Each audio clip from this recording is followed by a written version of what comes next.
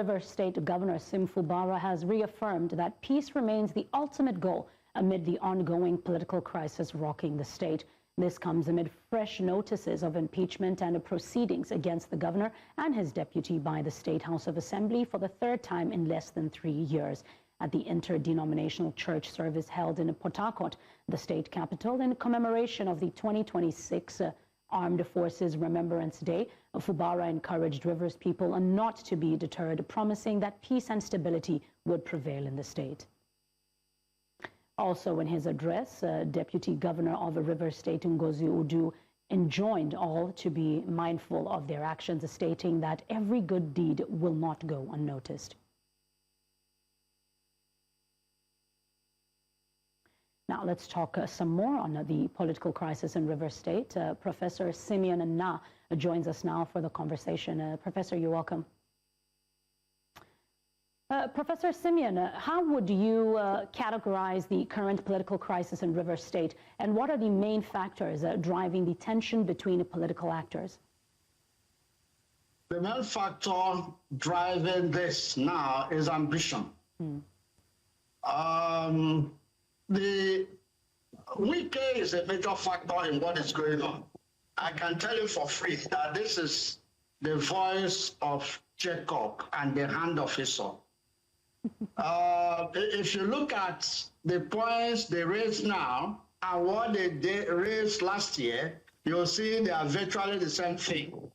They are talking of not presenting budgets and overspending on unbudgeted funds. The question one would like to ask is, are they talking to kindergarten pupils? We recall that the administrator presented a budget through the president, and that budget should be a one-year budget. The budget has run for maybe about 6-7 months. So has it completed a cycle of that budget? That's on one side. But on the other side, if you know how budget runs, the head of state or the governor has 6 months to run without a budget. That is, in case his budget has not been approved by either the National Assembly or the State Assembly, as in case of Rivers State, he has a 6 months window to operate before a new budget is approved. Has those two issues been exhausted? My answer is no. So why are they using that as an impeachment? I don't want to, talk from the grapevines. Otherwise, what we're hearing from the grapevines is that somebody wants to make an include in the new budget, to benefit him. And the governor is saying, no, let us move the budget the way it is. So that's a discussion for another day, because I said I don't want to talk from the grapevine. So let's look at the issues as they are.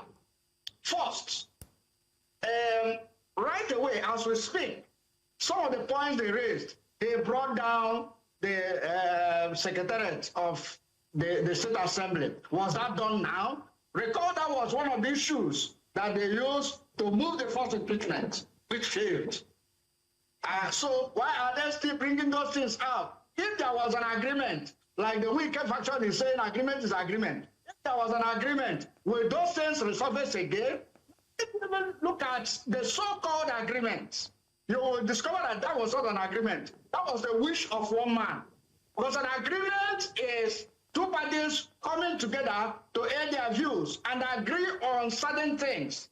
But you will discover, if you go through that agreement judiciously, precept by precept, you will discover that it was not an agreement. It was the wish of a man, and which was now tagged as an agreement.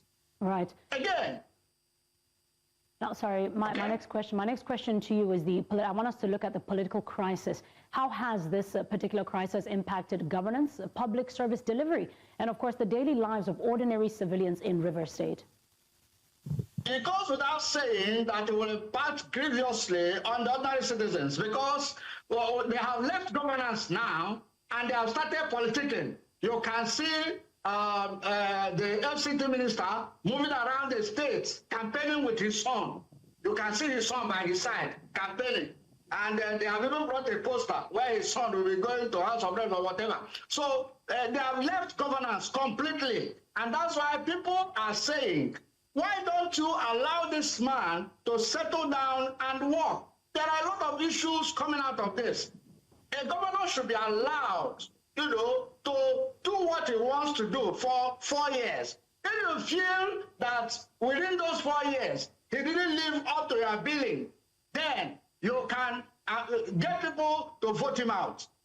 See, this man served 8 years. Why will he not allow another person to serve his own at least the first 4 years?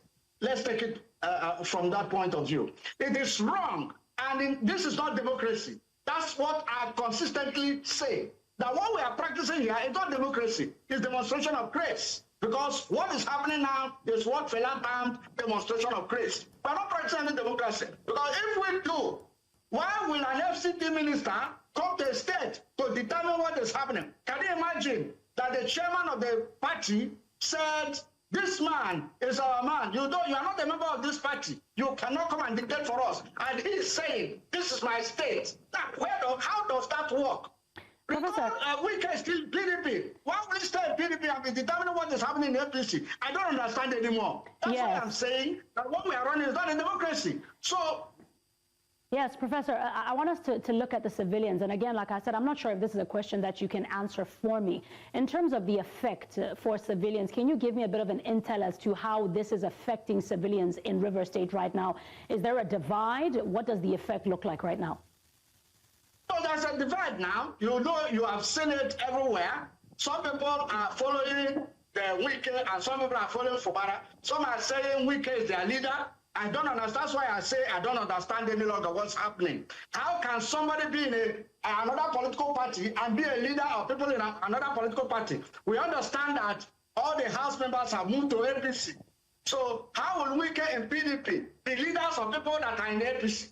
So you can see that there's a major divide. And like I said earlier, the deal is affecting the populace of River State because there's no longer governance. What they are doing now is politicking. Projects are lying there and people are not doing what they are supposed to do because I think the essence is to ensure that the governor does not concentrate because he, who his house is burning, does not pursue rats. So he can't be, doing other things when his house is on fire. So one of the things he wants to do is to put out the fire. So by putting out the fire, it means that he will not be doing anything again, only concentrating to see how he's going to, put the fire off and let governance commence. Right. So the citizens of the states are suffering because when two elephants fight, it's the grass that suffers. All right. My final question to you is, let's look at the state. What role do state and federal institutions, including the security agencies, play in either the mitigation or in the exacerbating of the crisis? The truth now is that it's only when you talk of security in this country, you are talking of the federal government because all of them take orders from the federal government. Right. Recall what happened in Lagos State in one of the states when Sonyolu gave orders to a police officer. I said, no, I don't take orders from you. With respect, sir. I take orders from my IG. So that tells you that what will happen is that the president should call the gladiators to order like he has normally done. And I have said it succinctly that the president should call the gladiators to order and ensure that this thing does not escalate above this period. Because right now, as we are looking at it, they have served impeachment notice, but I've listened to some lawyers too. They said some of the issues there is that they call the governor madam, and that in that document, and some lawyers are saying that makes that document not an arrival. The second issue is that maybe after the 7 days window and the 14 days window that the House will look at it and then now go to the Chief Judge of the State. The Chief Judge of the State can now bring down a 7-man panel that he feels are not biased, are not politically biased, to look at the issues that are brought before them. If they pass a no case verdict, I think that's the end of the so-called impeachment saga. But if they go on with it, then the House has a way of going on and removing the governor. But it doesn't end there. Recall that most of the impeachment that have been done in this country, almost all of them have been reversed by the Supreme Court. Professor Simeon Nnah, thank you so much for your intel and your time.